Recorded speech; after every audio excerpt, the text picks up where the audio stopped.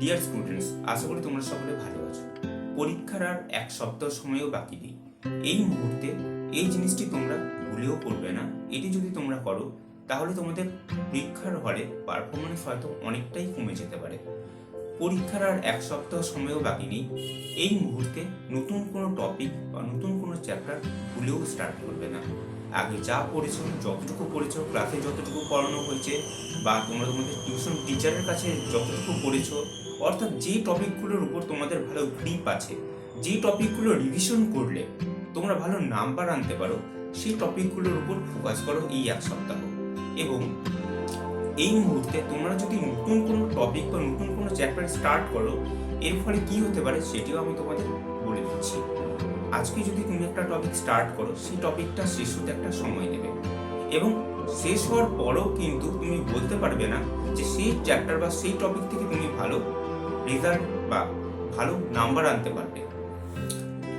এবং ওই টপিকটা শেষ হওয়ার পর তোমাকে কিন্তু ওই টপিকটা বা ওই চ্যাপ্টারটা আবার রিভিশনও করতে হবে। অর্থাৎ আজকে যদি তুমি নতুন কোনো টপিক বা নতুন কোনো চ্যাপ্টার স্টার্ট করো, সেটা তোমাকে শেষ করতে হবে, তারপর সেটাকে রিভিশন দিতে হবে, তারপর সেখান থেকে এমসিকিউ, শর্ট কোশ্চেন, বড় কোশ্চেন এগুলো তো সলভ করতেই হবে। অর্থাৎ পরীক্ষার আর এক সপ্তাহ সময়ও বাকি নেই। এই মুহূর্তে তোমরা যদি নতুন কোনো চ্যাপ্টার বা নতুন কোনো টপিক স্টার্ট করো, এর ফলে তোমরা কিন্তু পুরোনো টপিকগুলো রিভিশন দিতে পারবে না।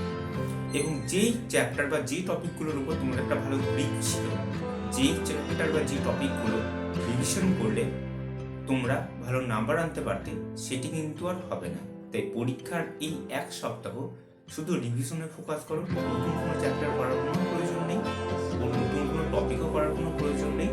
জাস্ট রিভিশনে ফোকাস করো। যতটুকু পড়েছো, যা পড়েছো, যেগুলো যেগুলো রিভিশন করলে তোমাদের আরও ভালো নাম্বার হবে। এবং যে ডায়াগ্রামগুলো প্র্যাকটিস করেছো সায়েন্সে বা অন্যান্য সাবজেক্টে, সেগুলো আরও ভালো করে প্র্যাকটিস করো।